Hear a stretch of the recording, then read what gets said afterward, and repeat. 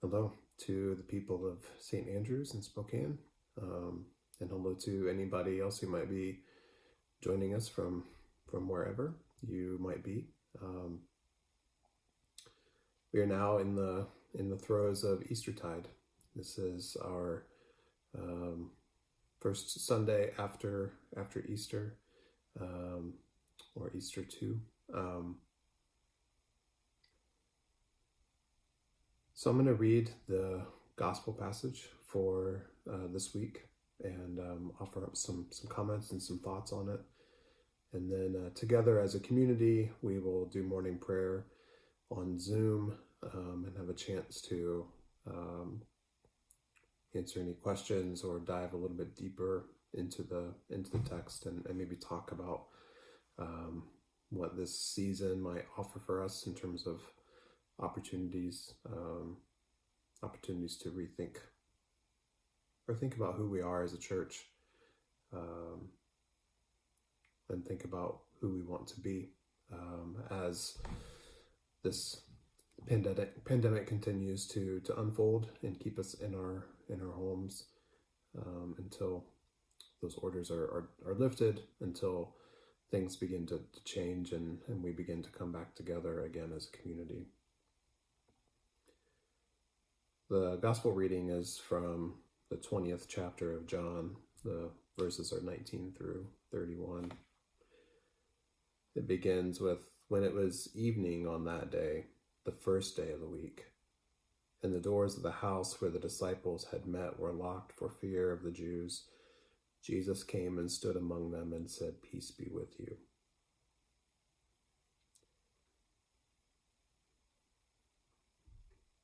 The disciples in this moment, I think we can probably relate with that pretty well. There's a lot of uncertainty, there's a lot of anxiety, there's a lot of fear in the world right now. Many of us, I'm sure, are experiencing that as well, to various degrees. And the first thing that Jesus says when he encounters them after his resurrection is, "Peace be with you." That's significant on a couple different levels. One is that would have been the common greeting of that day. We hear people in the Arab world offer a similar greeting every time they see one another. And that continues to this day, and it was common back in the days of the earliest disciples in Palestine.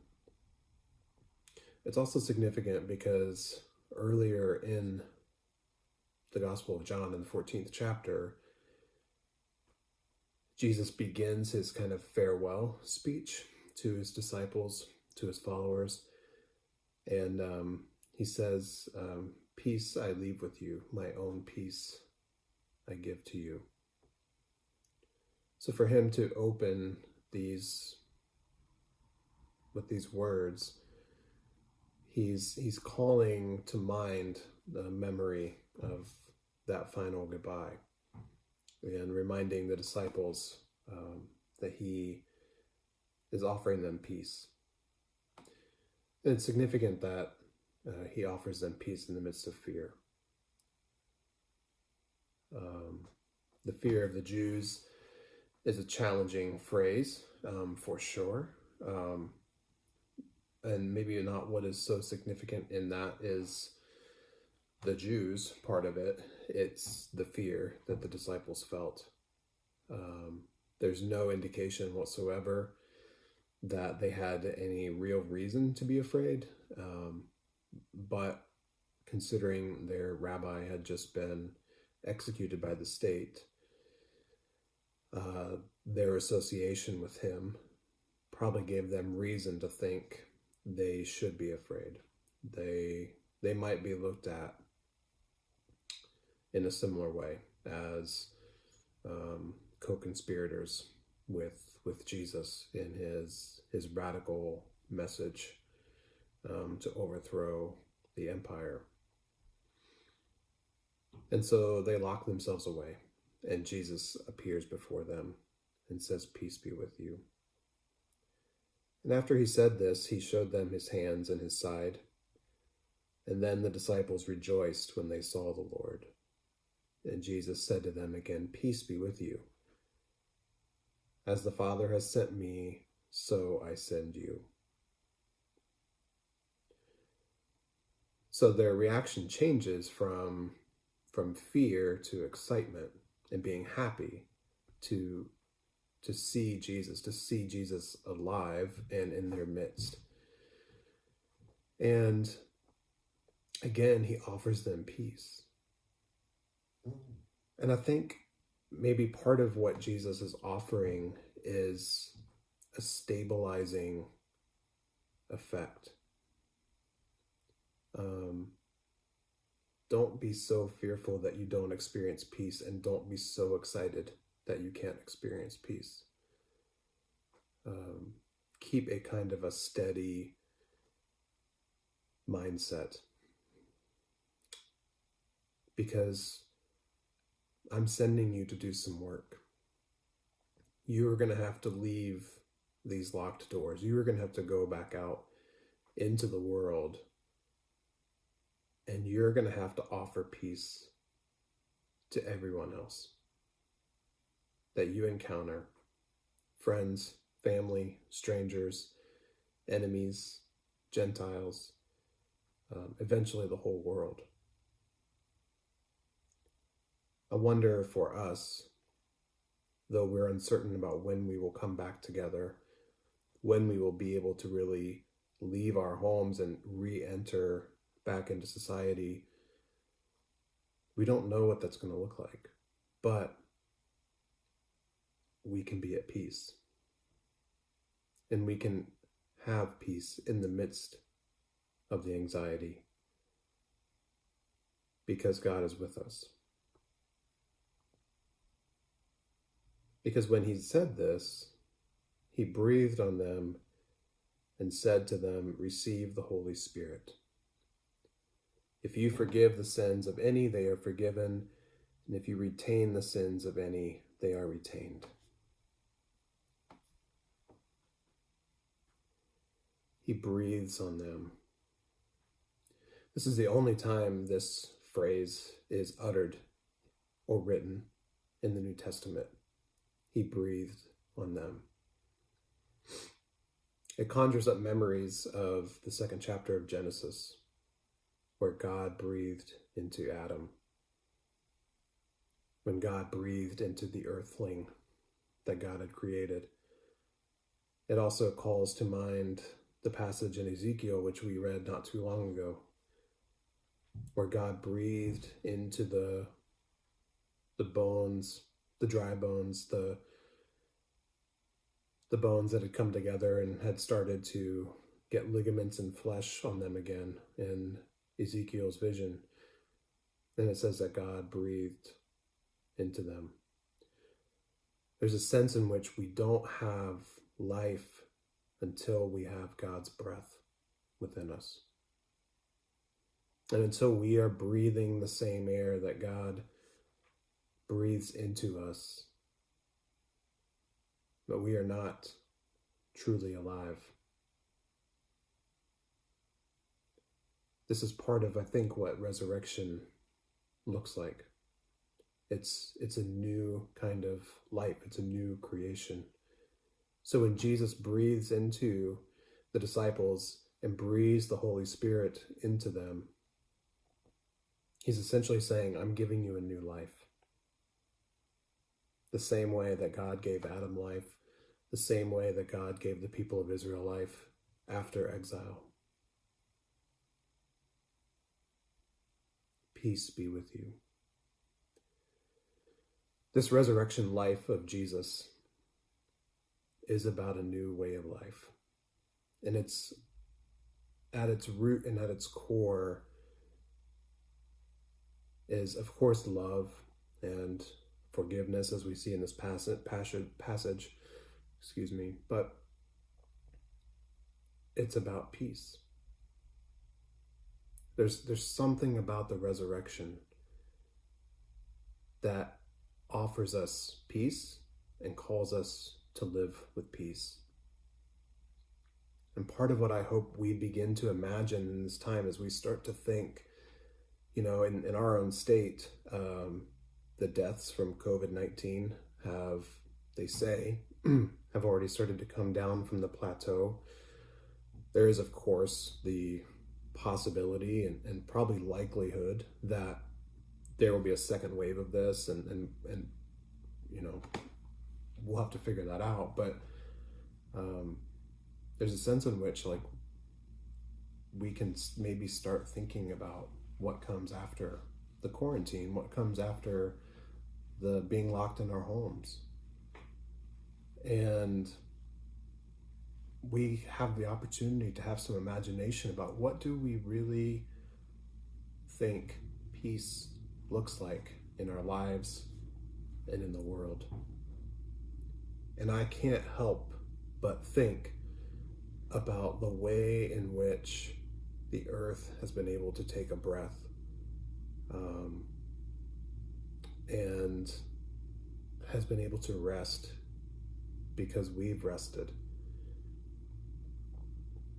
We've stopped making such a huge impact on the earth.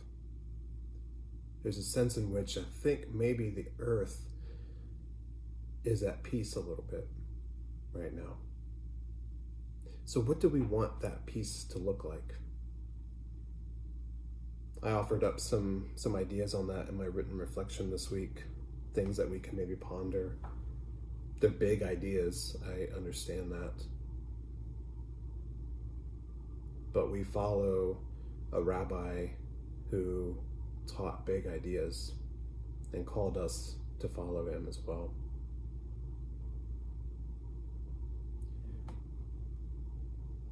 But in this passage, Thomas was not in the room when Jesus shows up to offer them peace and to show them his hands and his side.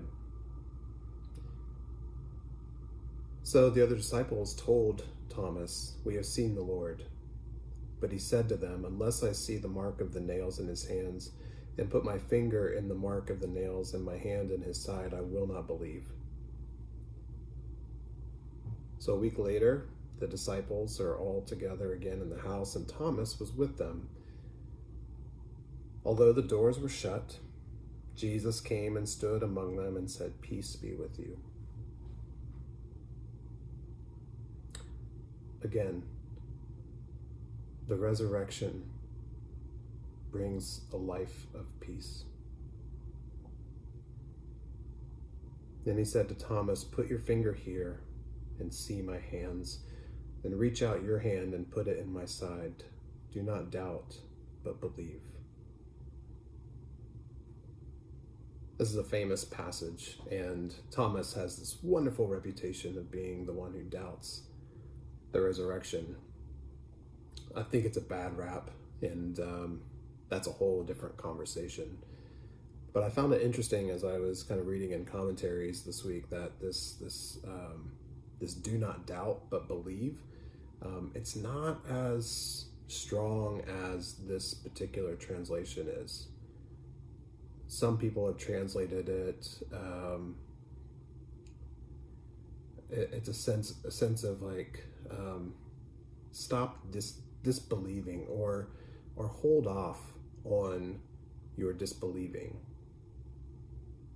And there's some theories out there that maybe Thomas was always one who had a hard time believing who Jesus was. And so Jesus, in a way, is kindly saying to Thomas, it's okay, you can let go of that. You can fully trust who I am and what I've said is true. And when I told you that I would come back to life, I meant it. Here I am, and you can believe me. You can stop walking down the path of disbelief that you were walking down, and you can let that go. And so Thomas answers him, "My Lord and my God." Very rarely does Jesus ever get called God in the New Testament by any of the disciples. So Thomas here is exhibiting a faith far beyond what any of the other disciples, outside of maybe James and John and Peter, have expressed during Jesus' ministry.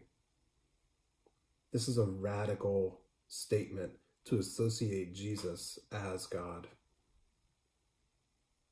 It changes the whole trajectory